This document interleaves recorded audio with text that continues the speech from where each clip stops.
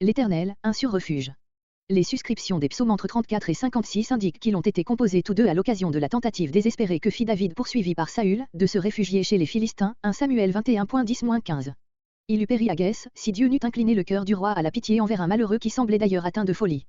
Le psaume 56 reproduit la prière de David au sein du danger, le psaume 34 exprime sa reconnaissance après la délivrance. Le ton calme et didactique du psaume 34 semble indiquer qu'il ne fut composé qu'un certain temps après les événements auxquels il se rapporte. L'invitation du verset 12, « Venez, enfants, écoutez-moi », ainsi que l'ordre alphabétique auquel est soumis le psaume en vue de la mémorisation, montre que l'auteur a eu pour but de graver dans le cœur des nouvelles générations ce qu'il avait appris lui-même de Dieu en cette grave circonstance.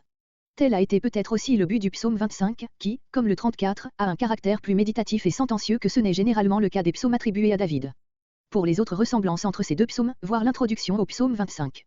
On ne trouve généralement pas dans les psaumes alphabétiques de division bien marquée.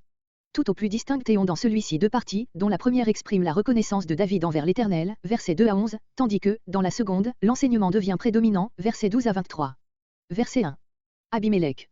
Ce nom paraît avoir été un titre commun à tous les rois philistins, Genèse 20.2, Genèse 26.1. Le récit 1 Samuel 21.15 nous apprend que le roi dont il s'agit s'appelait Akis. Verset 2. Verset 2 à 11 L'Éternel, Dieu des délivrances. Verset 3. Les malheureux. On traduit aussi, les débonnaires, les humbles. Ce sont ceux qui ont appris à souffrir avec patience et humilité. Verset 6. L'a-t-on regardé? David généralise son expérience, pour revenir ensuite, verset 7, à son cas spécial. On en est illuminé. Quelque chose de la gloire de Moïse se reproduit, spirituellement du moins, en tous ceux qui regardent à l'Éternel, Exode 34.29, comparé Marc 9.3. Verset 8. L'ange de l'Éternel. Ce terme désigne souvent dans l'Ancien Testament l'envoyé par excellence de Dieu, qui préside aux destinées d'Israël, en attendant qu'il vienne lui-même accomplir l'œuvre de la rédemption. Voir à ce sujet les explications données à la suite de Genèse, chapitre 21. Nous ne pensons pas que dans ce verset, ainsi que dans Psaume 35.5, il y ait lieu d'insister sur ce sens spécial. L'ange de l'Éternel désigne plutôt ici un envoyé de Dieu quelconque.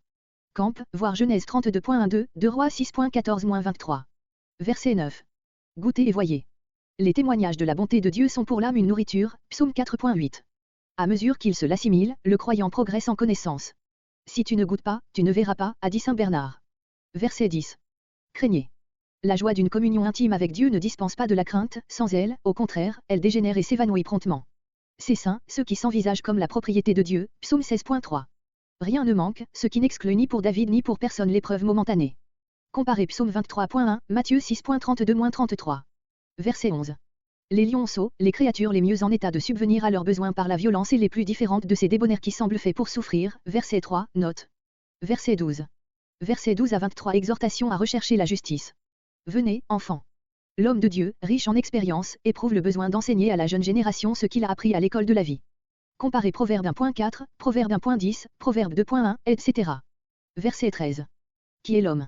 La même forme d'interrogation se retrouvait à la même place, au psaume 25.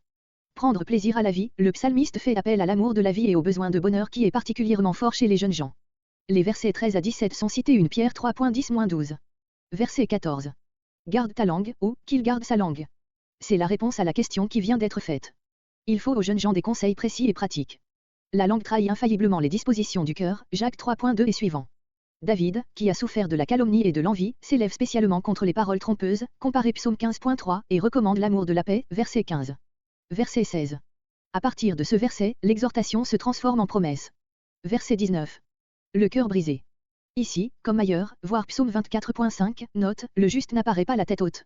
C'est un suppliant, verset 18, qui souffre en son esprit, dans la lutte contre le monde et contre lui-même. Mais sa délivrance est certaine, car l'Éternel est près de lui. Comparez Ésaïe 42.3. Verset 21. Il garde tous ses os.